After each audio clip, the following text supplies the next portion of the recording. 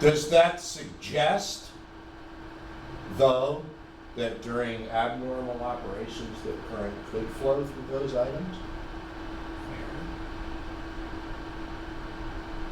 It's saying that there's a possibility, there's not a high chance because it's not meant. And how do we know there's a possibility? Oh, is it to prevent it's to prevent current escaping, maybe? That's, well, sort of. Like how basically if there's a traffic jam, for an example, you need to say there's a traffic jam underneath the highway, and you have a freaking exit right next to it, and so you just go around through the exit instead of crashing into the big wreckage in the middle of the highway. It might be a weird comparison, but that's. I could see that making sense. If electricity can't get through one way, it will take the path of least resistance. Yes. Right? And if that path of least resistance involves something like this that you're going to be touching on a daily basis, don't we want to have this metal case connected to ground so that it can't possibly have a voltage on it itself? Yeah. That's what we're talking about. This isn't intended to carry current, but if there's a wire loose and it touches the metal case, it will carry current. Fair. Got it. Right?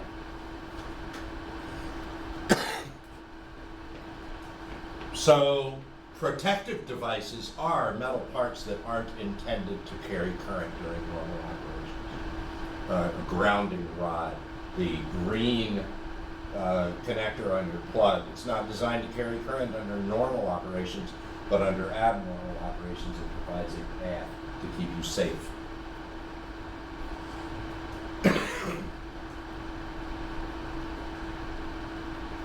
National Electrical Code requires that these things be bonded together.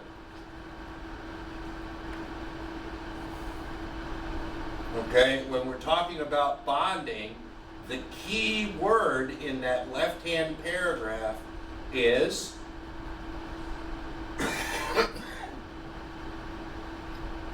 low impedance.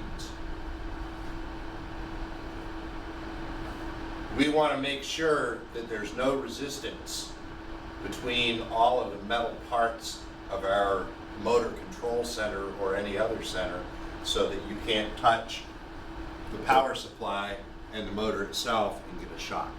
They're all supposed to be grounded together. Okay, and that grounding is accomplished through permanent connections, which is called bonding. Grounding is accomplished through bonding, not the other way around.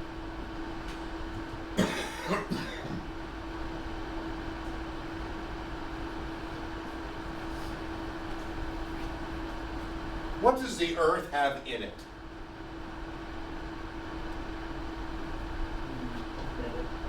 It has some metal, but it also has organic compounds, right? Has like quartz, which is an insulator. The earth is not a good carrier of electricity for any distance. You can use it to return energy back, but that energy isn't going to make it down to the power plant. Because it disperses too quickly. It can't get through. The resistance of the earth is too high. Okay, so we can't have earth connecting to earth. That becomes a problem. Grounding everything together tends to solve that problem. So if you have pipes in your house, they may be grounded because that helps your whole house be grounded. Like this.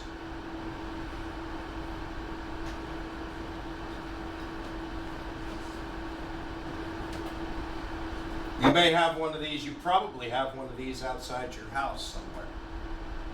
You probably have a grounding rod that sticks in the ground somewhere around the perimeter of your house.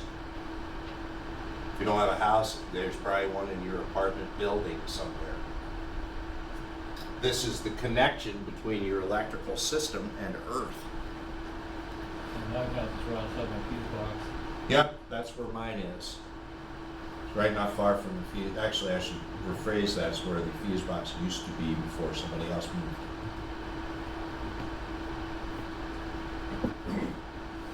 All right, system grounding, equipment grounding, what's the difference?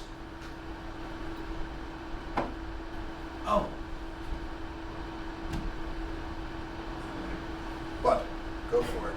So system grounding, I'm taking it, is like connects to electrical system to the ground, while equipment grounding is just having certain equipment into the ground that connects to the house separately. Do I need them both? It would be better to have both, but not necessarily. It doesn't sound like. I think I need them both. I need ground to be correct for my electrical power, and I also need grounding to be correct for whatever I plug into it. Gotcha.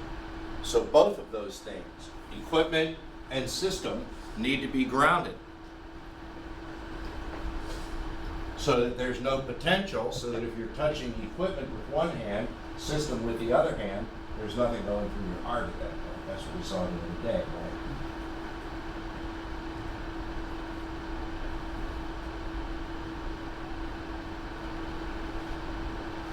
right? Equipment grounding conductor.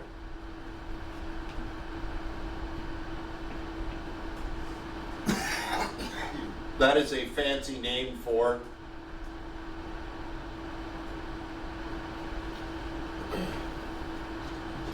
the green wire. Oh! Wait, no. I was seeing the motor that we were disassembling yesterday. Sorry. The green wire is, well, that's a DC motor. This is a three-phase AC, which we'll get to later. The green wire is typically the wire that connects all the grounds together. A lot of times you'll see the green wire attached to the fuse panel, but not to any circuit. It's just connected to the hardware of the fuse panel, the case. That's good to know in case we're working on electrical, so that we finally figure out what the So you have, coming out of the wall, you have three prongs. You have the power company's hot. You have the power company's neutral, which is really where it thinks ground is at the power supply. And then you have the green wire, which is connected to ground at your actual house. Yeah. So in residential, especially in residential, a lot of times the white wire and the green wire will be tied together. Gotcha.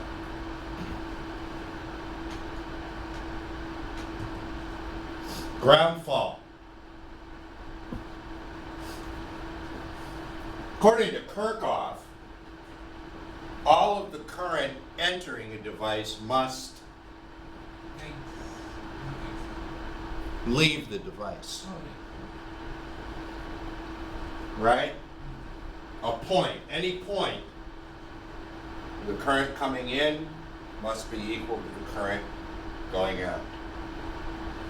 If that does not happen, what does it usually mean? Usually means current is leaking somewhere, There's too much heat or something like that. or a circuit of something shorting it out to somewhere else. Usually, a lot of times it's water. Okay, so you have a GFCI, ground fault circuit interrupter. It measures the current coming in and the current going out, and if there's a discrepancy, it shuts down. So if you're, sitting in the bathtub and your significant other hands you a piece of electrical equipment that's on and it starts to shock you, the GFCI should shut off within 25 milliseconds or something like that. So as soon as it detects a leak of current, it shuts off. Have you all seen the saws? Oh, the saw stops? That cuts, the saw stops when it gets to your finger. Yeah. Woodworking. Yeah, it gets as soon as I've As soon seen a as it- demonstration with hot dogs, and as It soon as it gets the hot dog, it stops. stops. Just drops the salt. It's also apparently very expensive for this to go on. They are, but this is kind of the same thing. Before any damage can really be done, it shuts off the power very quickly. These are now required anywhere there's water, especially in chemical water bathrooms, kitchens, any of those places. Nuclear reactors. Yeah, anywhere there's the threat of water, you're gonna probably have a GFCI. Either the outlet or the circuit breaker can also be a GFCI circuit breaker as well. Okay, it compares the current in the tube. So if you have current flowing in two opposite directions through a transformer, if they're equal, they cancel each other, right? If one is greater than the other, then that's seen as a difference here, which is amplified and controls a relay which shuts everything down. Isn't that handy?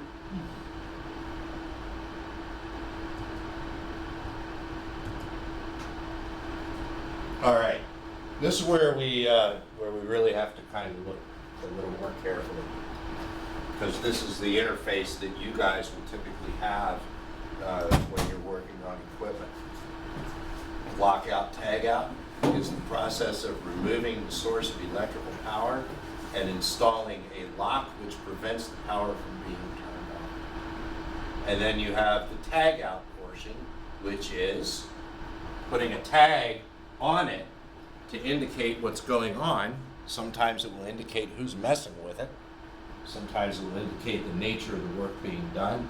But at any rate, those things need to be used so that when you're working on a piece of equipment, someone doesn't come home or come into the factory and turn something on. And the story I've always told is about and this actually happened at some point, the guy who decided to buy his wife a garbage disposal for Christmas, nice Christmas gift, right? And he's got the fuse box off and he's installing it in the kitchen, and the wife comes home from whatever the hell she was doing and tries to open the garage door. The garage door won't open because its power is on the same panel or the same circuit as the kitchen. I see. So she gets out of the car and goes in there and turns the power on. The guy loses a couple fingers at his disposal because it was off. Shit happens. So had he locked out, and even, at your house, it's like, do not turn on. A piece of tape or something might have done it, but he did nothing. So, that's what happens. C'est la vie. Probably has enough fingers to try again later. So, lockout, tagout, both the same thing together. They're both used together. Not the same thing, but they're used with each other. Now this is where it gets important. Lockout means achieving a zero state of energy. What does that mean? Means that voltage and current is zero.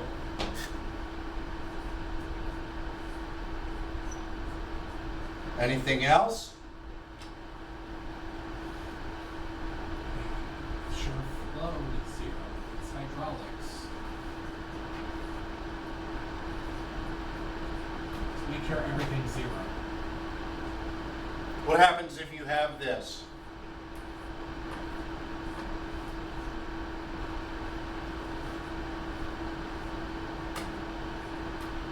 You have a cylinder and a hammer. You're right there. Cylinder's extended, power gets shut off. What happens? Hammer comes down. Maybe it won't come down right away. Maybe it'll come down 5 minutes from now when the hydraulic fluid decides to work its way somewhere else. But you cannot have potential energy of any kind in the system. That means mechanical energy. If there's springs that are loaded, unspring them. If there are weights that are suspended, unsuspend them or block them up with something else, something physical. Okay? If you're doing something like this, perhaps you have something that is approved that you can put underneath that hammer to keep it from falling down. But you have to remove any potential and kinetic energy from the system. Everybody thinks about the electricity, but people forget about the mechanical aspects of it. That's stored energy. Compressed air is another one. Is there compressed air in the situation, in the system? Shouldn't be.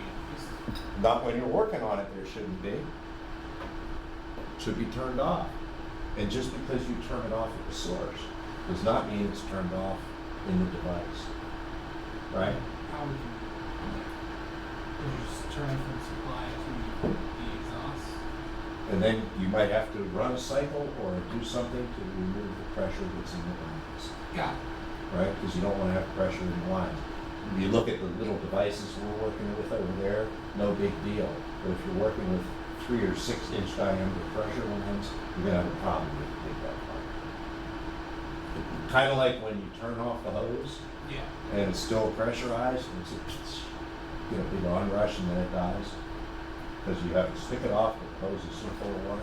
Yeah. So Yeah. you gotta make sure it's just like. That's what you need to do. Okay? Prepare for machinery shutdown.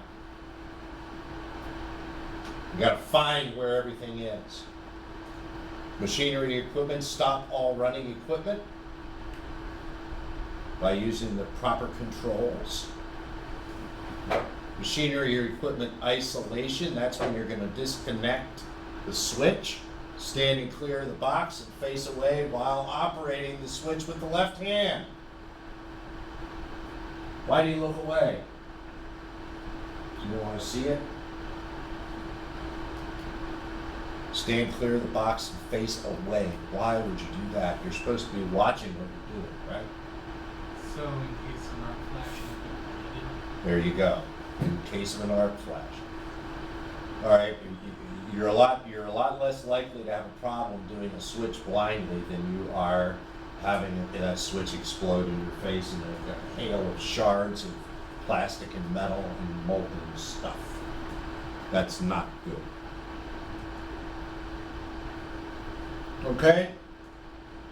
Really, this is kind of, I don't know, almost commonsensical. But, you know, it's kind of important, so it has to be gone over. Okay? There may be, the last sentence is kind of important, there may be several locks and tags on the disconnect switch if more than one person is working on it. So just because you're done working on your part doesn't mean you get to go over there and test it out. You might have to wait for everybody else to get done with their part.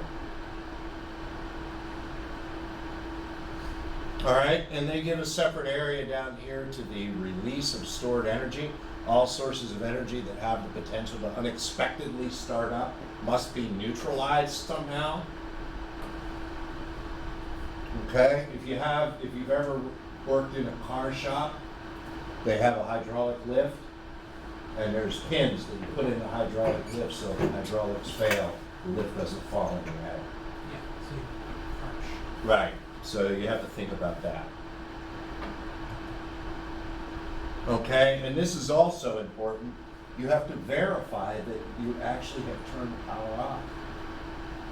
What if the switch is bad and you got 110, 120,000 volts sitting in your equipment even though the switch says off? If I remember right, we went over this yesterday too. We have that, the monitor, the thing we worked on in the first quarter, where we tell how much voltage is running through the system with The voltmeter? Yeah. Yeah. it's up. Basically, yeah, you're checking that with the voltmeter, seeing how much is going through, and then finding a way to get rid of the excess energy. I had a voltmeter or something else, but I think running it a couple times or whatever. But notice the last part. Turn the dead low. Live dead live. Live, dead, live. So not only do you use the verify the isolation with the meter, but before you even do that, you have to verify that your meter is working properly. So you hook it up to something that's live, then you hook it up to something that's dead and read the 0, and then you hook it up to something that's live again. Gotcha. It's like when you're driving on the road, you look left, look right, look left. Same basic idea. Okay, so you get the idea from this extra level of oversight that this is pretty important stuff. This is danger. This is where you die, Yes. right? So that's why you're doing these things. If you measure something with a voltmeter and the voltmeter doesn't measure it properly because maybe you didn't notice you had the leads in the wrong holes, and then you go work on it, well, you know, who's to blame at the end of the day? You, because you didn't measure it right. Doesn't matter who's to blame. The question is who's dead at the end of the day. That's fair. That's where it comes down to. All right, there's a picture of several locks, it looks like, on one big party of lockout there. So everybody removes their own lock and tag. Okay? So what are you going to do while you're sitting around waiting for everybody else to remove their tag? Just maintenance a lot of the time. You're going to be continuing to do your job. If it didn't work, or if you didn't make the repair properly, chances are you won't be there at the time, but you'll sure as hell get a page or phone call. And then you'll have to go fix whatever needs fixing. Okay, sometimes these things have to be scheduled. If you've got 2 different people working on the same piece of equipment, it might be that you have to replace one thing before you can replace something else. So these things have to be planned and scheduled. All right, electrical codes and standards. How are we doing on time, kids? 11:22. All right, we're doing good. All right, our friends at OSHA. Where did OSHA start from? Why did OSHA start? Was it in the industrial age? It was 1911 is what started all this. There was a factory that made shirts. I think they made shirts. And I guess it was a nice day outside. All the people that worked there, the owners and everybody, decided to lock the doors to keep the employees from going outside and spending coming on break. And then a fire broke out. So many people could not get out of that place. They were locked from the inside. They were locked from the outside. Couldn't get in, couldn't get out, and died as a result of that fire. And that's kind of what started all this oversight when it comes to industrial safety. So Occupational Safety and Health Administration is the, after all of this, that's where we are today. We have OSHA. OSHA works along with the National Electrical Code. Okay? National Electrical Code is an electrical safety standard which is put out by who? Nope. Fire safety people, National Fire Protection Agency. Oh. Right, so as such, the only thing that the National Electrical Code really cares about is fires. That's what they're there for. They're put out by the fire company. And what they determined, though, was in preventing fires, you also prevent a lot of electrical shock, poor installations, and that sort of thing. So, there's a certain safety standard that comes with fire prevention that also benefits other areas. Okay, normally the National Electrical Code is something that different communities pick and choose from to decide which parts of that code are going to be part of their own local jurisdiction, depending on where you are. If you're in a place that has a lot of rain then they're probably going to look at different things when they do inspections and whatnot, then they're gonna look at it as if you live in Arizona somewhere. It's hot, and it does sunny all the time.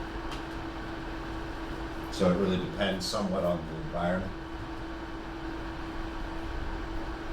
Okay, so the code is broken up into articles. Some of this may not be, because this was in 2016, some of this may not actually be current anymore because the National Electrical Code changes every 3 years, I saw it. So each article covers a certain area. So 430 is motors, 408 is motor control centers, and HVAC stuff is up in the 440s. Okay, so there's a rule that says that motor disconnecting means must be within sight of the motor. If you want to turn the motor off, you got to be able to see it. Does that make sense? Yeah. You don't know if it's off until you see it's off. Yeah, you don't know if it's off and you don't know what it's doing when you're turning it off. Right? If you're turning off a fan and or turning on a fan and there's already some on fire, you don't want to turn a fan on when there's something burning because it just feeds the flame. When you can't see the fan, you don't know what's going on. So it has to be in sight, which is defined as within 50 feet. So Schrodinger's law, basically. I don't think that applies to this. I think this is just a question of preserving safety. Yeah. I just mean the whole frickin' assume that it's on and off at the same time and making decisions. Yeah, you always assume that it's on Yeah.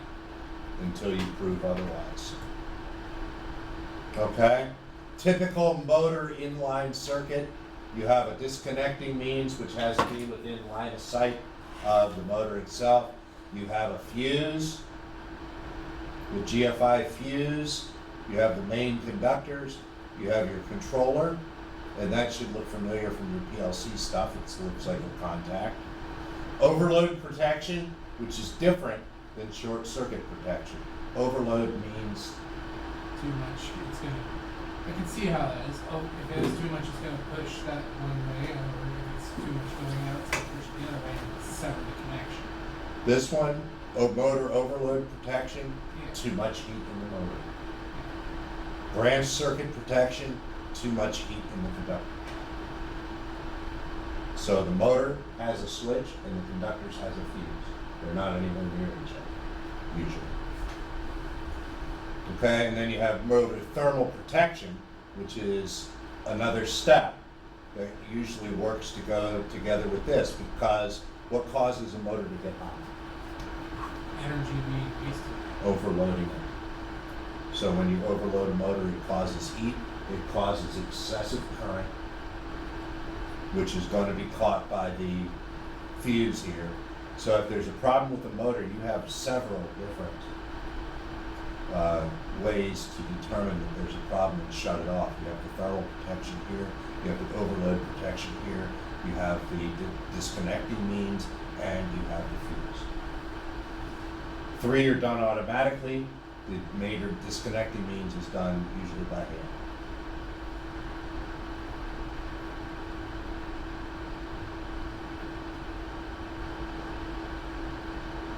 All right, here's a picture of explosion-proof apparatus. What's true is, anytime you start or stop a motor, you are delivering a whole bunch of kinetic energy somewhere quickly.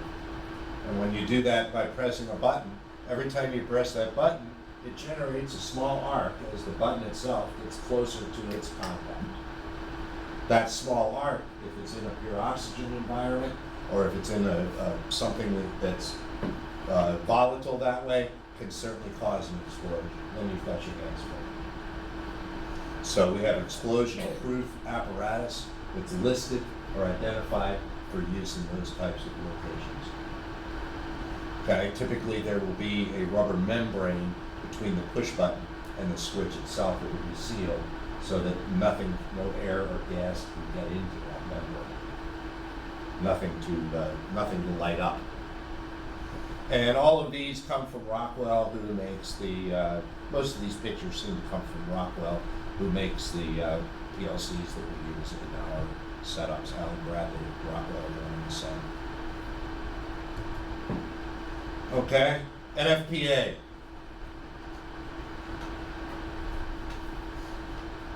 Okay, Fire Safety Organization. I don't want you ever to lose sight of the idea that the National Electrical Code, just because you follow it, does not mean your customers are going to be happy.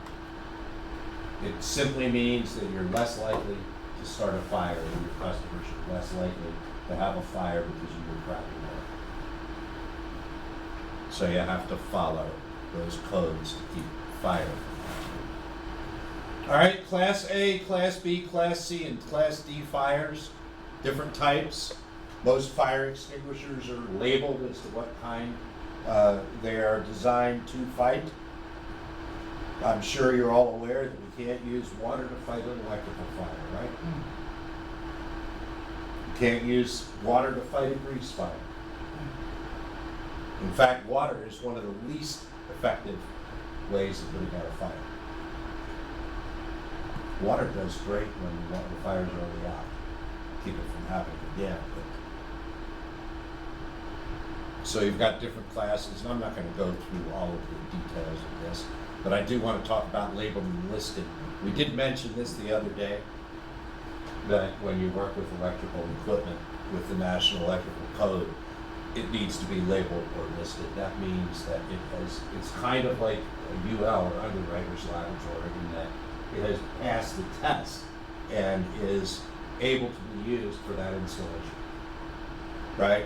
We saw the one previously about the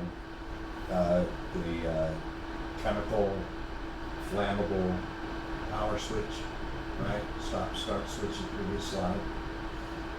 That's listed, that make and model of that switch is listed for applications involving certain chemicals at certain concentrations. So you have to know where you're installing your stuff before you install it. And make sure that anything you're using is labeled or listed for what you're using it for. Okay, underwriters, laboratories, kind of everybody knows who they are. NEMA, standards. What are standards? Let's just review what standards are. It's a expectation. Bare minimum. Could be a bare minimum. It's an expectation of what you need to do for it to be counted as acceptable amongst certain guidelines. There's more requirement than notification. More of a requirement. Standards, there's two things that standards means. One is a level of quality, right? That's not up to standard, right? That's one thing, but there's another part of it that you also need to understand. I can buy any freaking outlet from anybody, no matter who makes it. China, here, if it's a United States outlet, it looks like that, 3 holes. Any plug, any piece of equipment I buy is pretty much guaranteed to fit in there. Why? Because it's been standardized. I can go buy any manufacturer of toilet paper and it will fit any roll or any toilet paper holder that I can buy. It's standardized. All radios pick up all stations because how radio stations broadcast has been standardized. The minute you go out of standardization, then what's the opposite? Can you tell me what the opposite of standard is? Non-standard. Well, there's a better word. Proprietary. Right? Proprietary. What does proprietary mean? That means that if you bought it from Joe Blow, Joe Blow is going to have to be the one who services it, and if you need a replacement part, you're going to have to buy it from Joe Blow. You won't be able to find it at Home Depot or Lowe's. So Apple. Yeah, Apple, which I guess that's one way to look at it. And that's true with software as well. A lot of the That other would be computers awesome. like that. What's that? A lot of the other computer components that were proprietary per brand. Yep, proprietary by brand, or you can even look at the Torx wrench that they made in cars. That was proprietary. GM didn't want people aligning their own headlights. They made their own wrench so people couldn't do it. Here's another one, IEC. All of these are just standards. IEEE, and that's the end. So all of those companies are companies that develop standards. And yes, there are times when their standards cross paths, where you have one group that comes up with one standard and another group that comes up with another standard, and they don't mix. Perfect example of that. Anybody think of an example of that? Two different standards for the same thing. How about we go with, this will go back a few years, Betamax and VHS. Anybody know what that is? I Yeah, don't know people, what VHS is. Two different manufacturers came out with video cassettes. actually, they came manufactured on bulk, but they sold the betas. Yeah, but it went to Sony. Yeah, and, they're two But different- that's not the point. two different processes, that we use two different processes, but they do the same thing. They do the same thing, they use two different processes, but because they use two different processes, one was cheaper to manufacture than the other, which was the VHS. So of course, which one ended up being